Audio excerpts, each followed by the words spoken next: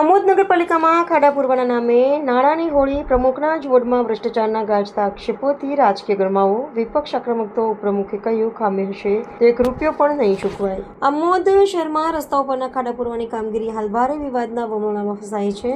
વિકાસના વણગા વચ્ચે લાખો રૂપિયાના ભ્રષ્ટાચારના ગંભીર આક્ષેપો ઉઠતા સ્થાનિક રાજકારણ ગરમાયું છે. નગરજનોનો સીધો આક્ષેપ છે કે જ્યાં ગુણવત્તાયુક્ત મટીરીયલ અને ચોક્કસ તકનીકી માપદંડો હેઠળ દેખરેખ રાખીને કામ થવું જોઈતું હતું, તે માત્ર દેખાડા પૂરતી કામગીરી કરીને સરકારી નાણાંનો ખુલ્લેઆમ બગાડ કરવામાં આવી રહ્યો છે.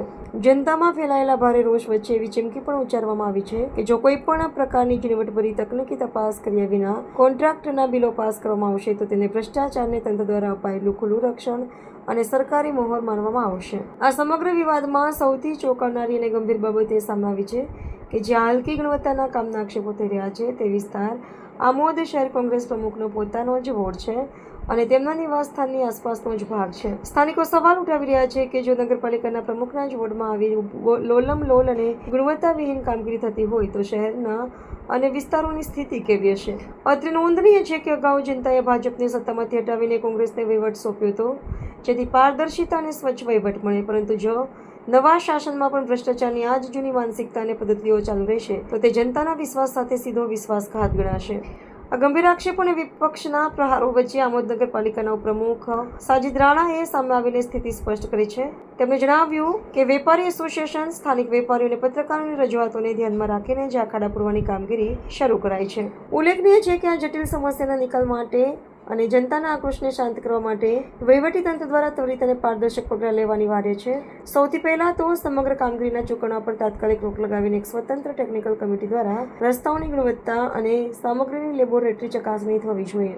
કાનૂની કાર્યવાહી થવી જોઈએ.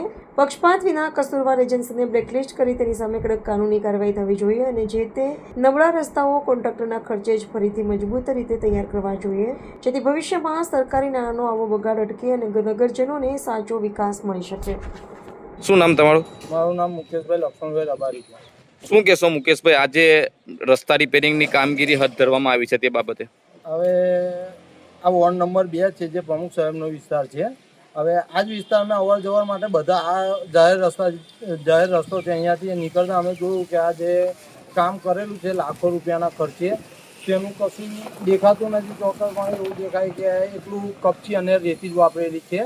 હજુ વરસાદના થોડાક જ છાંટા પડ્યા છે, હજુ તો એવો ધોધમાર વરસાદ નથી પડ્યો. બીજું કે પ્રી મોન્સૂનમાં સરકારે જે લાખો રૂપિયાના ખર્ચે આલ્યા છે તેનો ખર્ચો કરીને આ જે જઈ તકલાદી બધા કામ કરે છે તેની તપાસ ચીફ ઓફિસર સાહેબ, એન્જિનિયર છે એ એની ગુણવત્તાપૂર્વક તપાસ કરે અને એમના બિલો અટકાવે અને તપાસ કરીને બિલો પછી એમના પાસ કરે. કારણ કે આ કામ બરાબર થયું નહીં, ફરીથી કામ થાય અને આમોદના બધા જ નાગરિકોએ જે વિશ્વાસથી એમને બેસાડ્યા છે તેમનું એ પ્રમાણે એ લોકો કામ આપે તો સારું છે. વળી આમોદ નગર વિસ્તારમાં જે રસ્તા રિપેરિંગનું કામ ચાલી રહ્યું છે એ કઈ એજન્સી દ્વારા કરવામાં આવી રહ્યું છે ને કેવી રીતના કરવામાં આવી રહ્યું છે? આ જે કામ રસ્તા રિપેરિંગનું જે કામ ચાલુ કરવામાં આવેલું છે એ ગત બોર્ડના અંડરમાં ટેન્ડર પ્રક્રિયા કરવામાં આવેલી હતી અને વેપારી એસોસિએશન, વેપારી લોકો અને અમુક પત્રકાર મિત્રોએ પણ આની રજૂઆત કરેલી કે ખાડા જે પડી ગયેલા છે તે પૂરવા જરૂરી છે, એટલે એજન્સી દ્વારા અમે કામ કરાવેલું છે.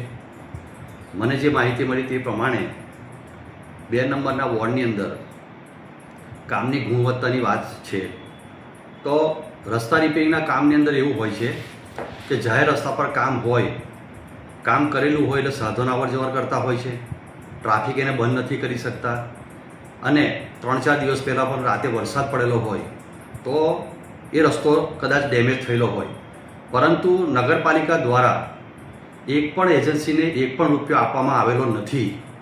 અને આ જે ફરિયાદ આવેલી છે એને ધ્યાન પર લેવામાં આવશે અને સ્થળ ચકાસણી કરવામાં આવશે અને એની ક્વોલિટી જો મેન્ટેન નહીં કરેલી હોય તો તે જગ્યાના પૈસા અમે નહીં આપીએ. નગરપાલિકા બંધ થયેલી છે. વિરોધ પક્ષ આનો ખુલ્લો વિરોધ કરી રહ્યા છે કે ભ્રષ્ટાચાર કર્યો છે. વિરોધ પક્ષની ભૂમિકા એ એમનો ધર્મ અપનાવી રહેલા છે. આખા ગામની અંદર રસ્તા રિપેરિંગના કામો ચાલી રહેલા છે. 1-2 જગ્યા પર ફરિયાદો આવેલી છે. ચોમાસાનો ટાઈમ છે, એના માટે કંઈક થયું હોય તો શક્ય છે વિરોધ કરવો એ સારી બાબત છે, પરંતુ બીજી બધી જગ્યા પર તમે જુઓ કે સારા કામો અમે કરેલા છે. 1-2 કામો આવા હશે તો એને અમે શિક્ષાત્મક પગલાં ભરીશું, 100% ભરીશું. અમે કોઈને પણ છોડવાના નથી, ગમે તે એજન્સી હોય, ગમે તે હોય, અને અમને લાગશે તો એનું પેમેન્ટ બી નહીં કરવામાં આવે. અને અત્યાર સુધીને રસ્તા રિપેરિંગના કામ બાબતની અંદર 1 પણ રૂપિયાનું પેમેન્ટ અમે કરેલું નથી આજ દિન સુધી.